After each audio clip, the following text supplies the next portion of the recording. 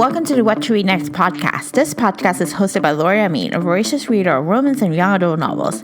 In this podcast, Laura interviews fellow readers and authors and asks them for book recommendations of what we should read next. We hope you enjoy it. Welcome to the What to Read Next podcast. So happy to have you back. Before we get to today's book recommendations, I want to highlight one book that you should pick up, which is Tell Me Lies by Caroline Lovering. This book is about a toxic relationship with a sociopath and a narcissist. This relationship lasted over 5 years, and you can see how it consumes the main character. This book is triggering if you've ever been in a toxic relationship, so I just want to let you know. Yet I found it by witnessing another person's journey as healing. I'm truly grateful that I'm no longer in a toxic relationship, and I've been able to heal my own path. So it was actually really helpful for me. If you like drama, then you should pick this book up. Now let's get to today's book recommendations with Kaylee Costa. Hi, Kaylee. Welcome to What to Read Next podcast. Hi, Laura. Thank you so much for having me. So happy to have you here. So tell us who you are. So my name is Kaylee, and I am fairly new to the book blogging Instagram community. I started it in January of this year, so of 2018, almost a year. But I live in Virginia with my husband and our baby, and I am so excited to be part of this community. I'm so excited. I love your book recommendation. So it was like a no-brainer to ask you to come on the show for me. I was like, oh my gosh, she has the best book recommendations. Yeah, I was really excited to come on and, talk more about books, because that's really why I started the Instagram and the blog. So what inspired you to start the Instagram and the blog? What was the source of inspiration other than talking about books?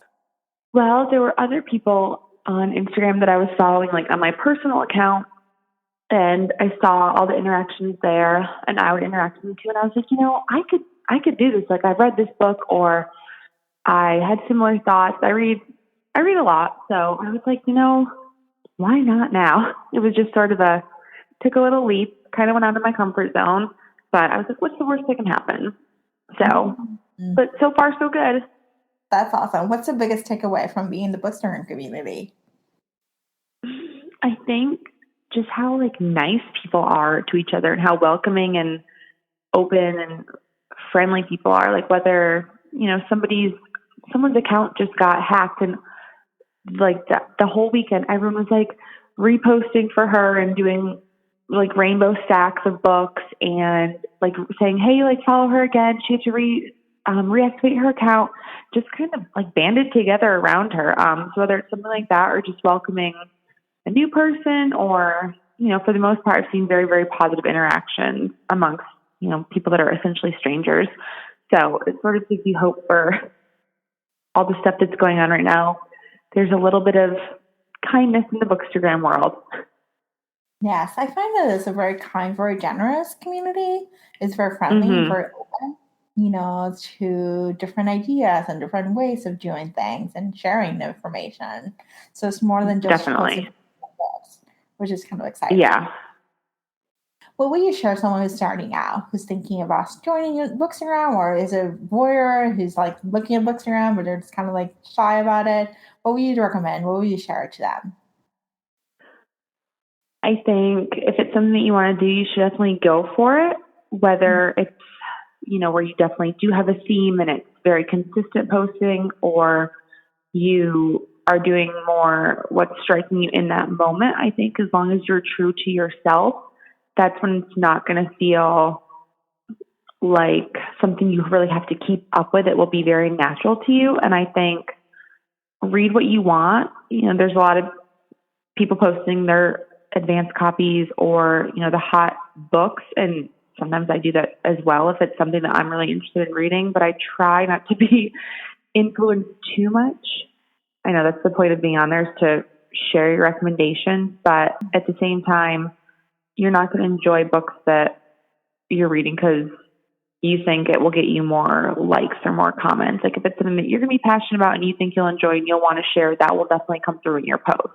And the only other thing I would say is don't let the numbers dictate your happiness. At the end of the day, it is an online app, and it's okay to put your phone down and go interact with, your family or your friends or people.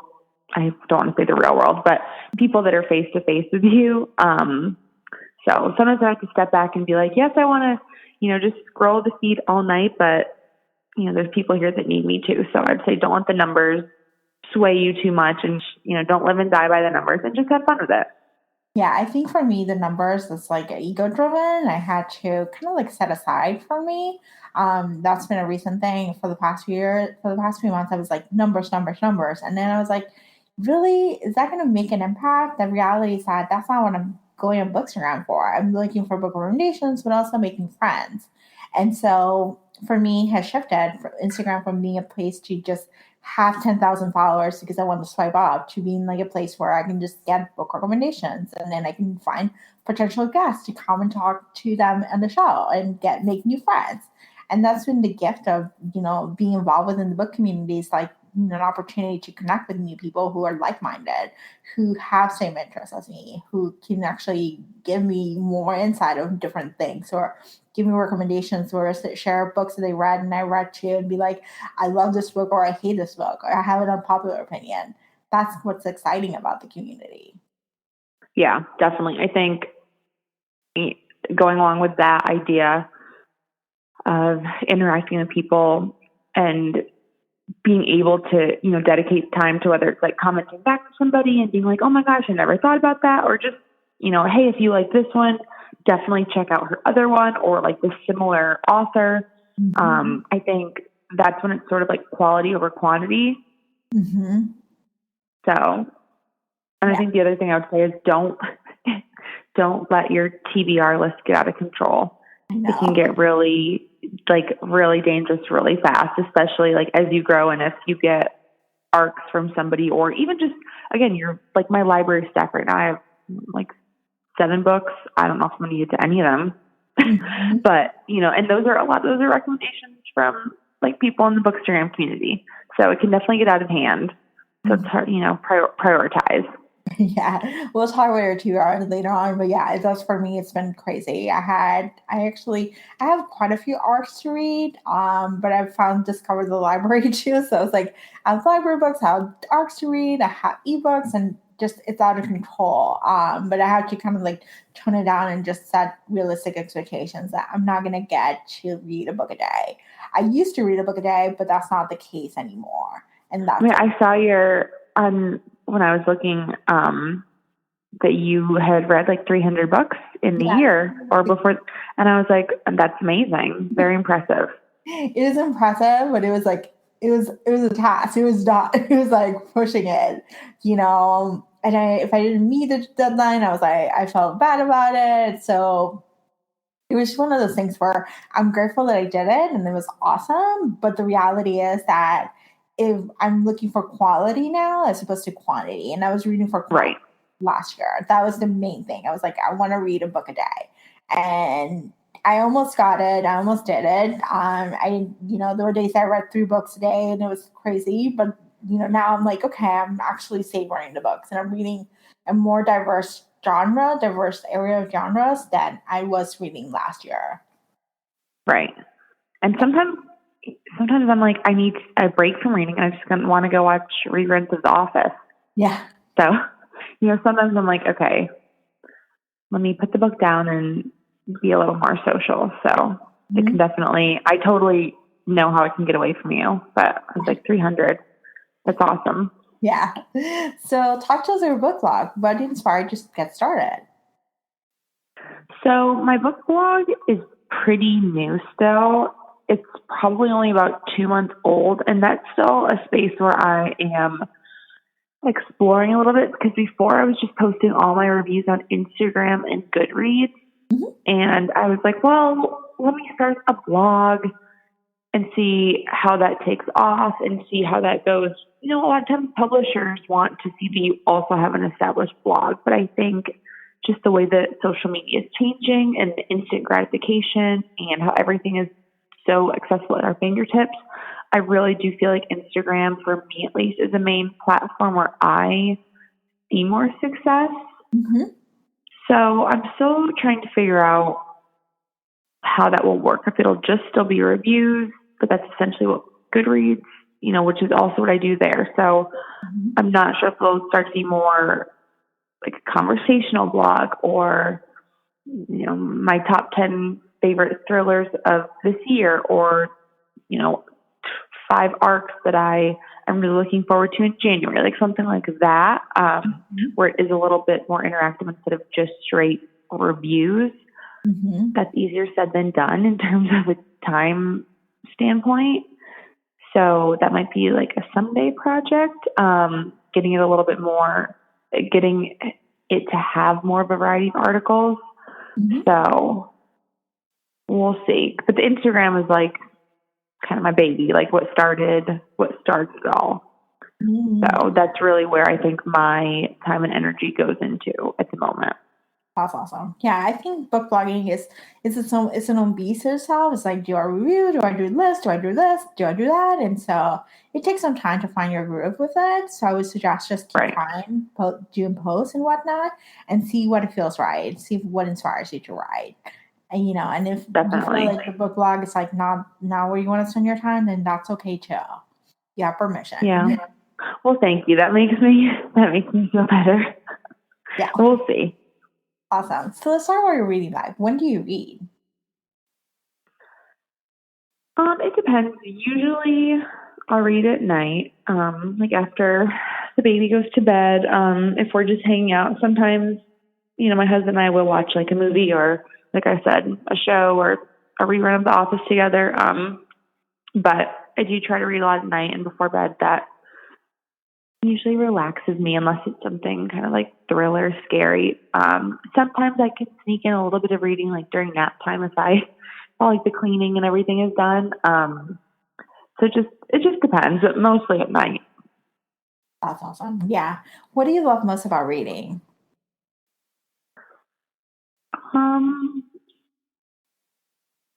I think books have a way of making you feel things that like movies and TV, like that form of media, like just don't. Mm-hmm. I think especially my favorite books always tend to be the ones where I'm usually like crying because it's so emotional. Not always, but like those are the ones that I'll be like, you have to read this. Like those are the ones I buy because I can come back to that feeling like over and over, like when they're very just powerful in that sense. But I don't feel like or really as a society in general, like I don't feel like we sit there and talk about usually like movies and TV shows like that. I think once in a while, like a great movie or a great show will come along, but I don't think people have the response to like TVs and movies like they do for books, or at least I don't. So I think, books are an escape, but again, just like the writing and what you get from that and being able to like go to that place through a book is really what I enjoy.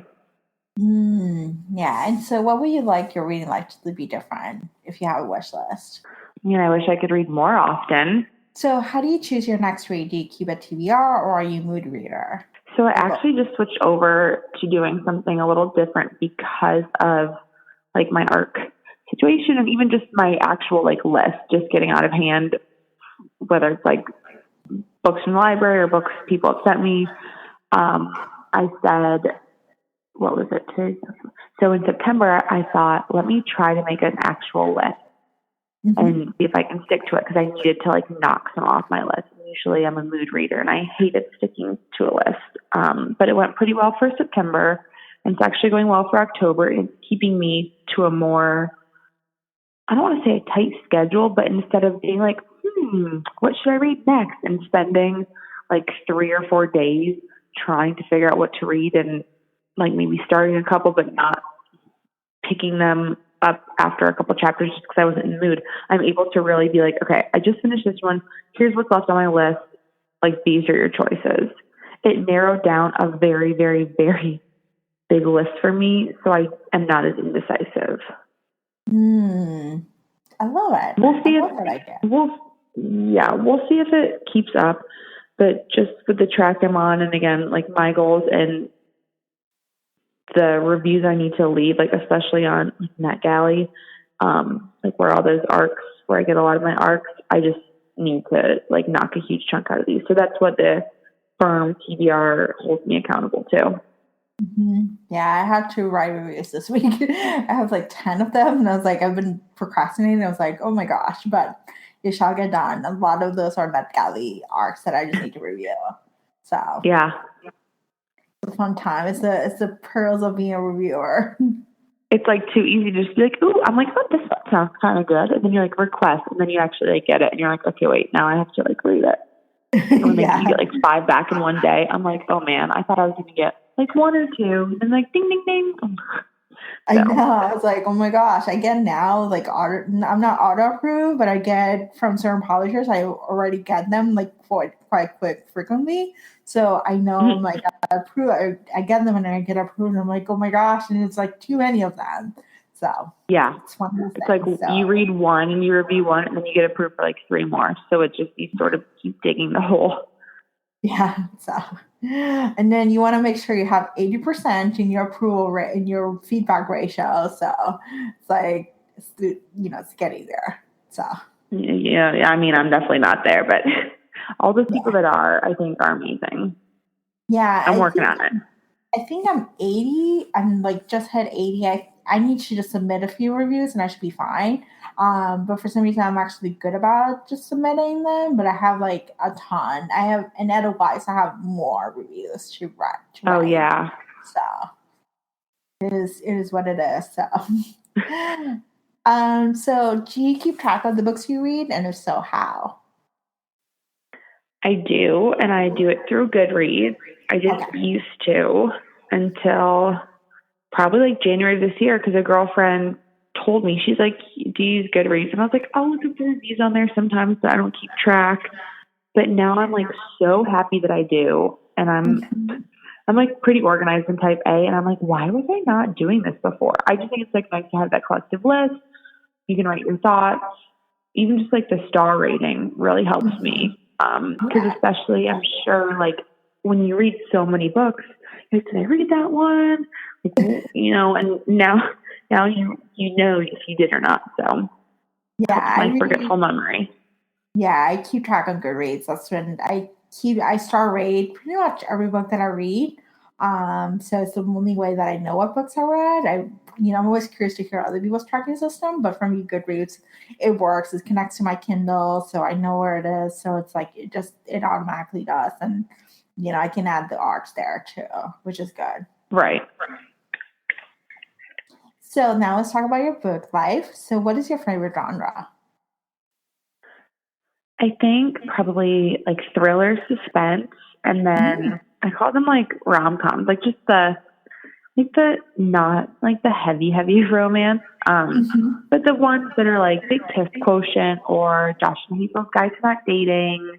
Yep. Those that are like a little bit lighter, like romance, I guess, new adult romance, maybe we'll call it. Have you read R.S. Gray? Oh, the author?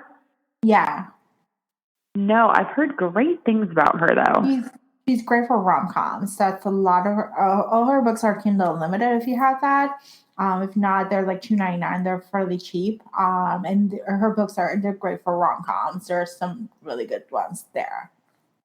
Okay, I'll need to add her to my list because I have heard good things about her stuff. Yeah, I love her books. They're like auto-buys for me. Like I buy them and I read them like in a day, and I'm like, I want another one. Why you don't write so often? So I'll definitely check those out. I'm like writing it down right now. Awesome. Okay, so let's go to the list of book recommendations. So, what's your top 3 favorite books of all time?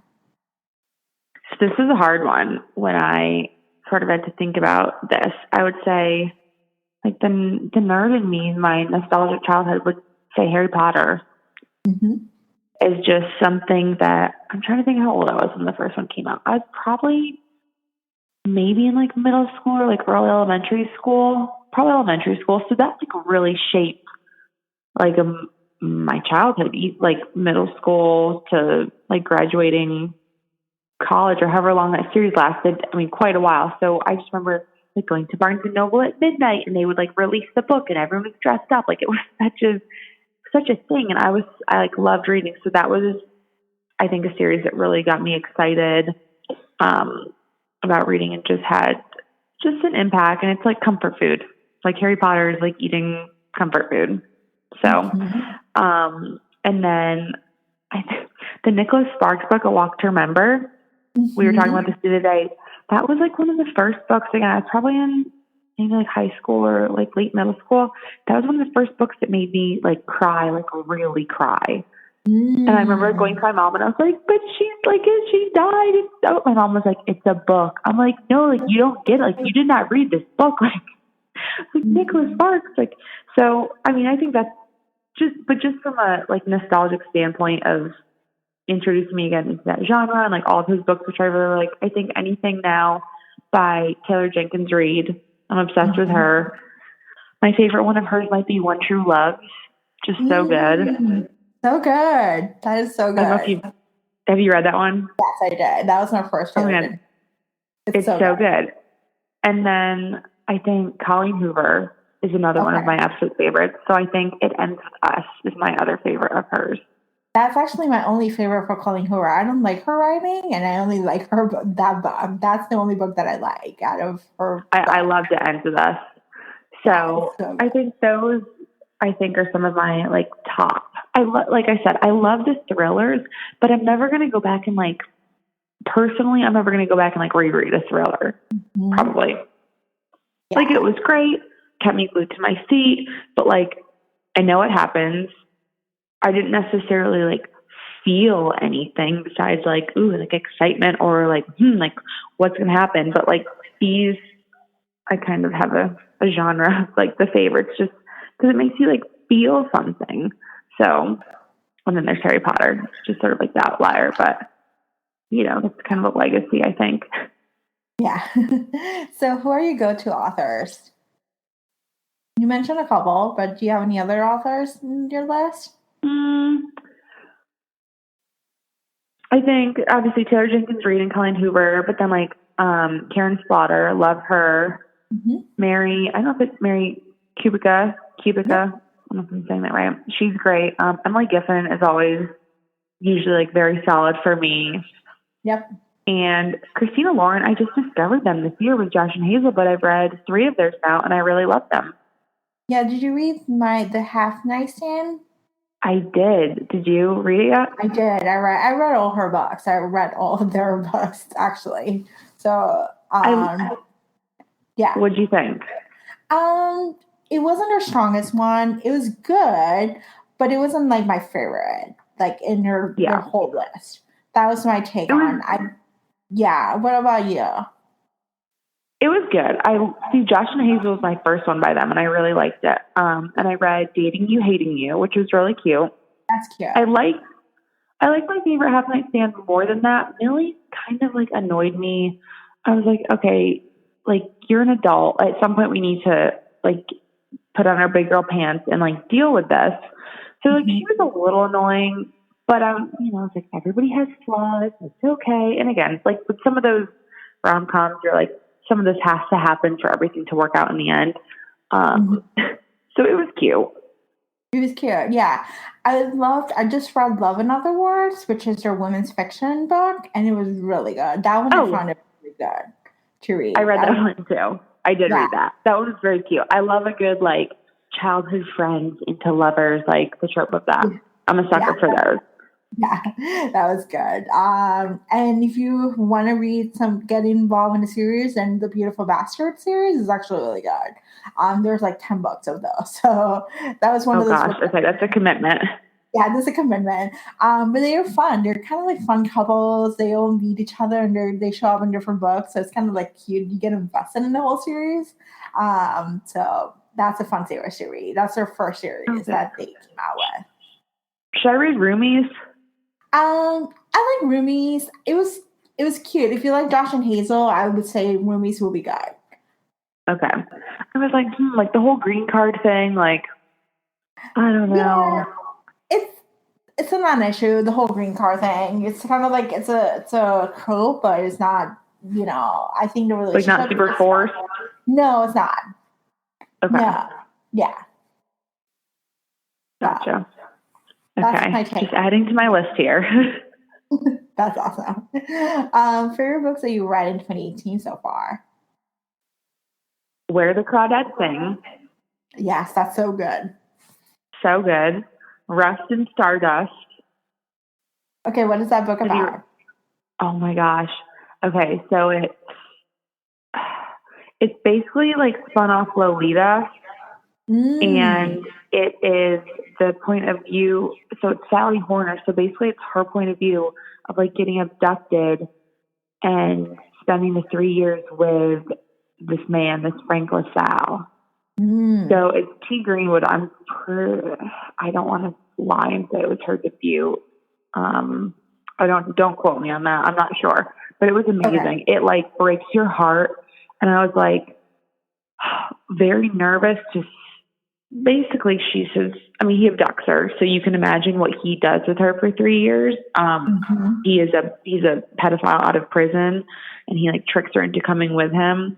And I was very apprehensive because everyone had been giving it glowing reviews, and I was like, this makes me like almost sick to my stomach. Like, I don't know if I can read about her like being in like captivity like this, but it was very tastefully done, if that makes sense. And nothing is like super graphic. You just sort of like, you know what's happening, but it's not like rubbed in your face. But it was just, I mean, she's one of those characters, you know, that will like stick with you for such a long time and really gets you right in the feels. So it was phenomenal. That's really good to hear. Any other books? Yeah, I really loved, I was thinking about like thrillers, and there's some that have been, I think, talked about and given a lot of, I guess, screen time or instant screen time, but I really loved Caged by Alison Cooper. It was just like freaky, and I didn't hear too many people talking about it. Like, I saw it a little bit. That was really good. The Unsub series, the second one by Meg Gardner came out. It's going to be a trilogy, I believe. So the third one comes out early 2019. So that was awesome. And then just like the rom-com genre, like Josh and Hazel was great. The Kiss Quotient, I really loved. So that was sort of hitting a little bit of everything. There were so many. I was looking back at my list, and I was like, so many good ones. I usually don't finish a book if I think I'm going to just give it like 2 stars.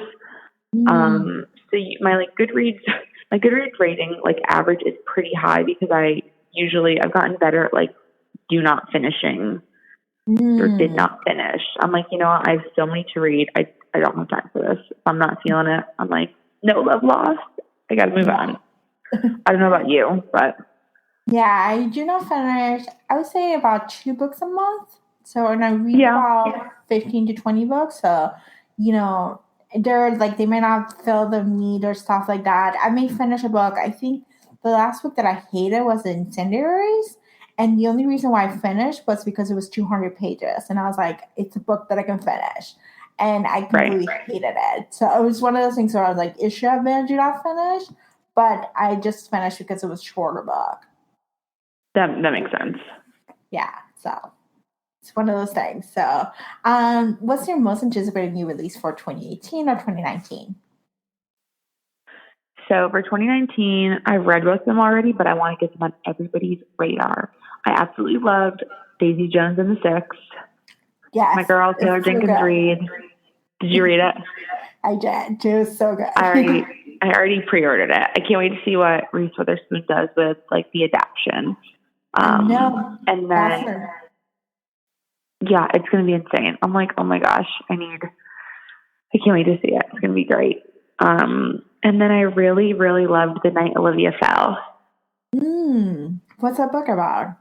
By Christina McDonald. It is about, so it's told like the mother's point of view. Her daughter, she gets a call in the middle of the night. Her daughter was in an accident and is brain dead, and she's pregnant. Oh wow! And the mother has no idea like what happened, or she has no idea that she had no clue that she was pregnant. This is her teenage daughter, and basically the mother's like going back to kind of put all the pieces of the puzzle together. So it's like part thriller, then also like very emotional. This like mother-daughter kind of saga, I guess. So it was phenomenal. I already pre-ordered that too. That's awesome. I may look for that art. So yeah, you need to. I like hunted them down. I like kept going to like from person to person. I was like, no, you don't understand. Like, I really need to read this book. So that's awesome. So what's yeah. one book that everyone loves so you cannot stand? I guess most recently, I will say most recently, I think A Spark of Light by Joey P. Cole, I really didn't love. Okay. And she's usually somebody that I enjoy, and she has like diehard fans, and I just thought it felt like the whole timeline. I don't know if you read it. I was like very confused with the jumping back and forth, and then I just felt it just seemed like there was an agenda being pushed from the beginning. And people, and I don't know if it just like went over my head and I sort of missed the whole like beauty of it and the point.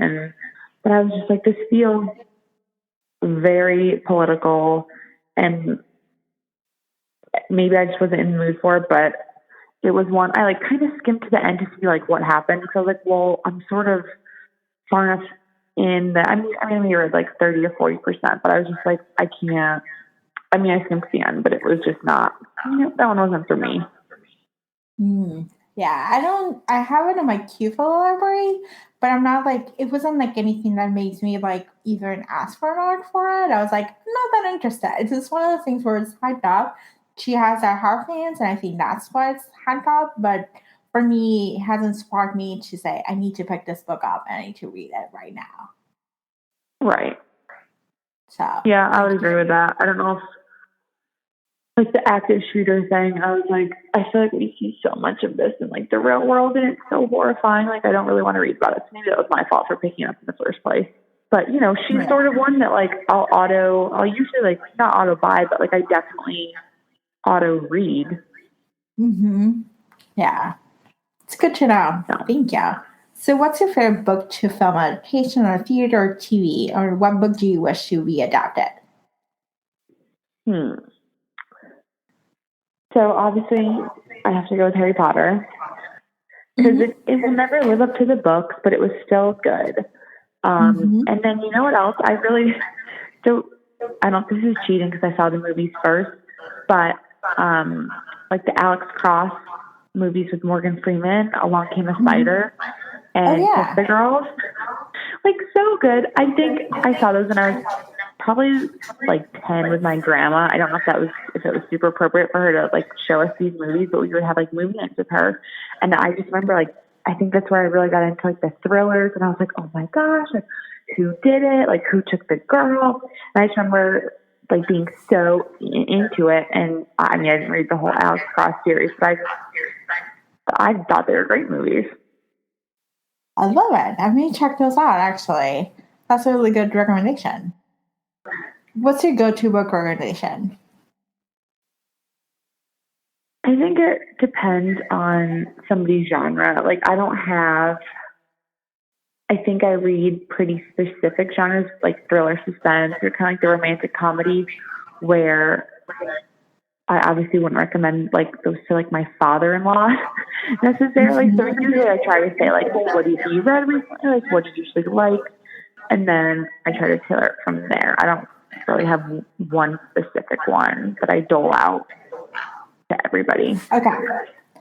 So what if I asked you for a thriller? That's actually, I'm interested to hear. Like you mentioned Mary Kubica, Karen Slaughter, any other thrillers, any of the ones that I should pick up? They're like someone who's starting out in the genre, who's looking to get into I love Jar of Hearts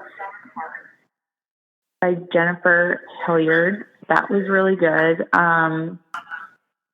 Didn't get like too much buzz from what I could see. I mean, people really liked it, but it wasn't something like a Karen Slaughter or like J.T. Ellison or Mary Kubica, where it's like a big name. So I thought Jar of Hearts was so good. And then I loved Believe Me by J.P. Delaney.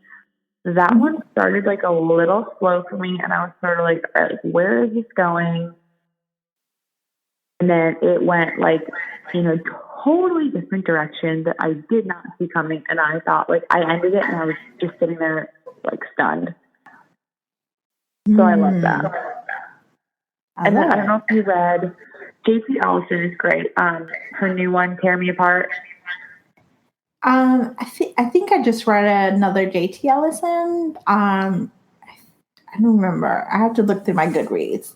But tell me about Tear Me Apart. What is it about?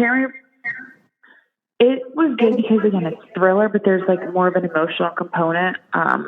So it has both those, I think, facets that I like. Basically, it's this junior skier. She's like 17. She's on set or on track to go to the Olympics, and she's been in an accident, and they find out randomly through some tests that she has cancer. She has leukemia, and they go to do a bone marrow transplant, and they're running the test, and her parents are not a biological match. So it comes out that she's adopted, and she didn't know it. So then you're sort of like, something's not quite adding up, and then it all unravels from there. It was really good. That sounds interesting, actually. That looks like a fun thriller to read. It was good. And there's like also like an emotional component, which always just, it makes it more memorable and like takes it up a notch. I love it. Random question. What are you currently reading now? I just started The Great Alone by Kristen Hanna. Awesome. Yeah. Have you read that? No, it's actually on my list. I think I want to read it next month. So, yes, I'm trying to branch out a little bit. I did not read The Nightingale, but everyone has been raving about this one, and I posted about it today, and the response has been like basically unanimous that this is one of the best books of the year that people read. So I was excited about that. And then I'm finishing up, it's called You Were Always Mine by Nicole Bart. Mm-hmm. And it is, I don't know if you're familiar, but it's like an adoptive mother's story, but there's something fishy going on. The husband died, and her adoptive son, like, he was up to something, and I'm pretty far into it, and I can't like quite figure out what was going on. So I'm not sure how I'm feeling about this one yet, but it was it like looked so good. I heard great things. So that sounds interesting. Stay tuned. Yeah. I mean, it's good so far. I do really like it. That's awesome. Yeah, I read The Nightingale. I loved it. It was hard. It was tough to read because you felt like you're in the war for like all 6 years of it. So it was a tough read. It was a tearjerker. So if you're looking for that, that's a book to read. That's what I hear. Okay. All right. I need to move it on my list then. Yeah, it's a really good book. I read it over Labor Day weekend. I had it on my Kindle for like 3 years. And I was like, I think I'm going to read it. And I was like, oh my gosh, it's so good. And, it was really tough. Like, you felt like you're in the war. Oh gosh. Yeah, everyone says it's so good. Yeah, it's really good. So I'm looking forward to reading The Great Alone next. That's for sure. So tell us where we can find you online. So my Instagram is KMC_reads. And then my blog is kmcreads.wordpress.com. So hopefully I will see y'all there. Awesome. Thank you so much for being on the show. Thank you so much for having me. I had a great time. Thank you, Kaylee, for great book recommendations. For a detailed list of books mentioned in this podcast, please visit whattoreadnextblog.com/70. If you want to connect with fellow readers, then you should join the What to Read Next podcast Facebook group. For the month of November, we're reading The Great Alone by Kristen Hanna. To join, visit whattoreadnextblog.com/Facebook. If you enjoyed this podcast, please consider leaving a review on iTunes. This will help this podcast get discovered by new audiences. Thank you so much for listening, and I hope we'll see you soon.